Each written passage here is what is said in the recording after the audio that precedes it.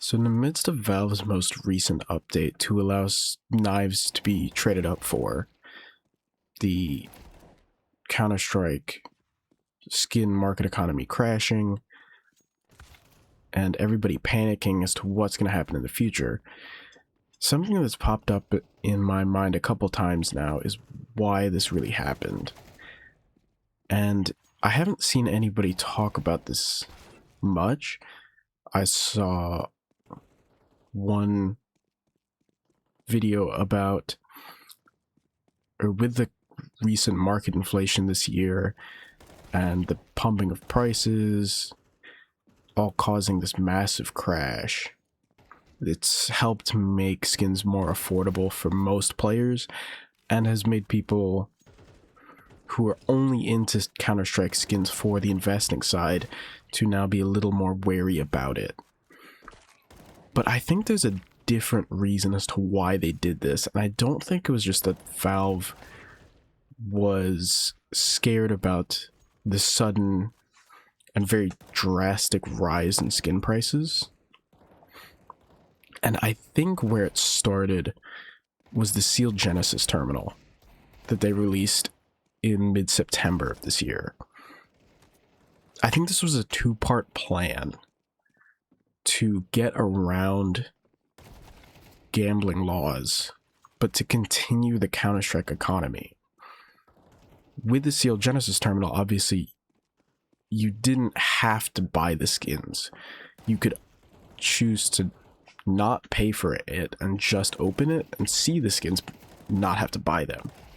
But by doing this, if they were to put golds into those skins, the average person wouldn't be able to buy them because the average person at the highest end would not be able to afford the $1,000 Dopplers or the really expensive knives.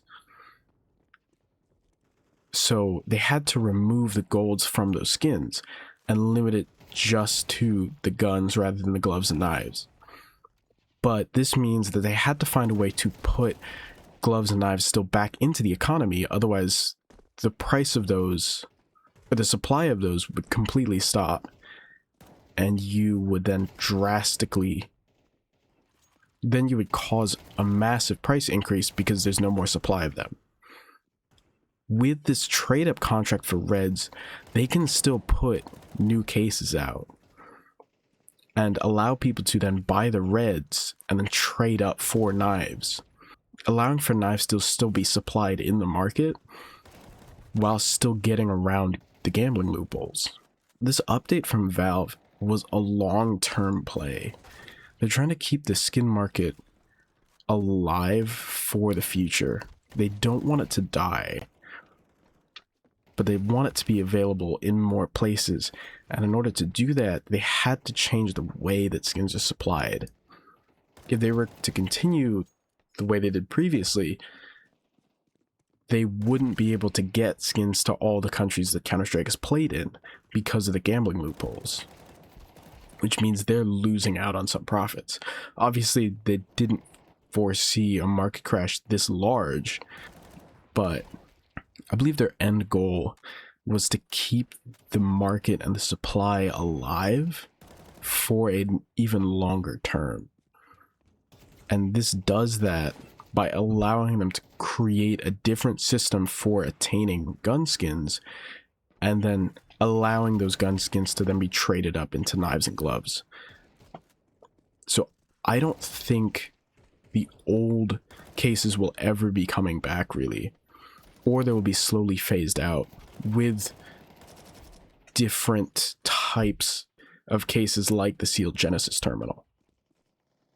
This is a long-term play to roll out more cases like that and allowing people to then trade the skins they get from those new terminals into knives and gloves. But with the release of the Genesis terminal, and obviously with this new update, the faith in the Counter-Strike economy has crashed. A lot of people are now trying to get out and selling their skins. And so what effect this will have long term is really unpredictable. I don't know how strongly or how long it will take for this kind of economy to bounce back. So I don't think the old boxes will be coming back or will be released in the way that they used to be. So the system for attaining skins is going to drastically change throughout the next few years. Whether or not people will still stick around in Counter-Strike's skin market to see this new rollout happen is a different question. But for the people who still enjoy Counter-Strike and who want to see it continue and want to still be involved in the market, they're going to have to look at it very differently, because this new system involving terminals and then trade-ups, it's what the future of Counter-Strike is looking like.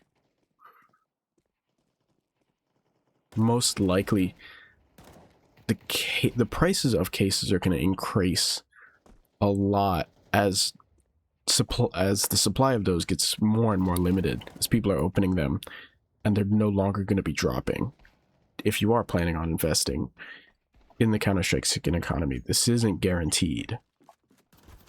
But I do expect, in the long term, the price of cases is going to continue to rise a lot, as people are going to want those older gun cases and weapon cases. And this shows even more how strongly the market is manipulated and controlled by Valve. So it's definitely not a guaranteed market, and it's definitely something you should be careful with. But my theory is, in the long run, Valve is going to completely revamp the system, remove all the old cases, put in more and more terminals to get to more countries and bypass gambling loopholes, or use gambling loopholes to bypass the laws there, and then use those skins from the terminals in trade-up contracts to allow people to get knives and glove skins through that new system and new method. I think overall, the market's going to become more accessible and more affordable for people. However, because of the new terminal system, which I personally don't like, because it makes price manipulation easier, and then opening cases is no longer limited to a $2.50 cost, it becomes a system that a lot of people might not be willing to continue in. And I think that's going to cause a lot of people to stop choosing the Counter-Strike market, because they're not willing to go forward with the system that's been in place for so long.